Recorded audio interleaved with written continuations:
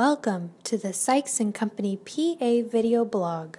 Tax reform passed, and it was quite a major change, as we all know, actually first major change in about 30 years.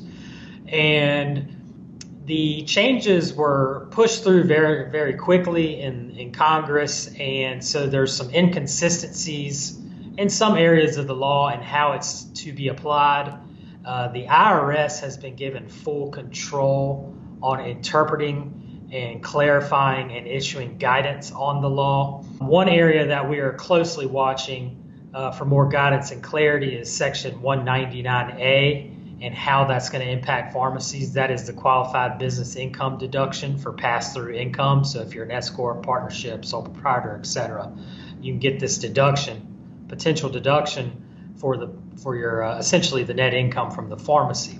But one area in that section of the new section of the law here says that health services are excluded from that deduction.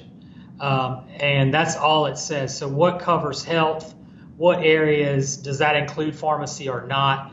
Based on prior tax law and how tax law applies to retail pharmacies, we do not expect pharmacies to be excluded from Section 199A. But again, it's up to the IRS to make that decision. The second area of the law that we're watching closely for guidance is cash method accounting for pharmacies.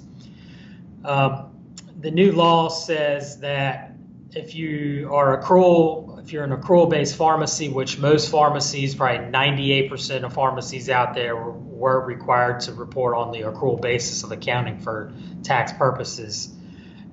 Starting in 2018 and beyond, if you are an average size pharmacy, for example, you are now allowed to be on the cash basis of accounting.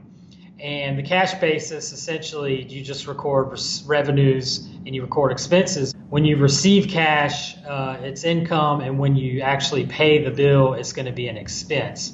So what we're waiting on there is how is that change from accrual to cash going to work? How will it be implemented?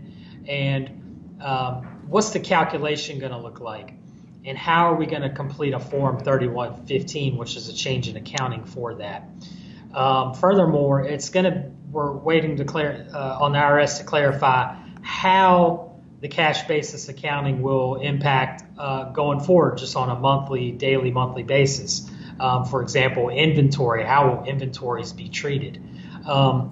There's no guidance. There's some opinions out there on how that's going to work. But again, no guidance, and that's a major planning area for 2018 that we're paying close attention to. The third area is business meals and entertainment. There's been a lot of confusion here. That area impacts all industries, not just pharmacies. So we do expect some major pushback should the IRS say those business type meals are non-deductible. But again, it's a wait and see. In the meantime, pharmacies should be keeping up in separate accounts, a meals 50%, a meals 100, and a non-deductible meals and entertainment in their chart of accounts to track those changes. When clarity is given, you'll be able to make the necessary adjustments to properly record those changes. Thank you for watching. If you enjoyed the video, we invite you to subscribe to our YouTube channel.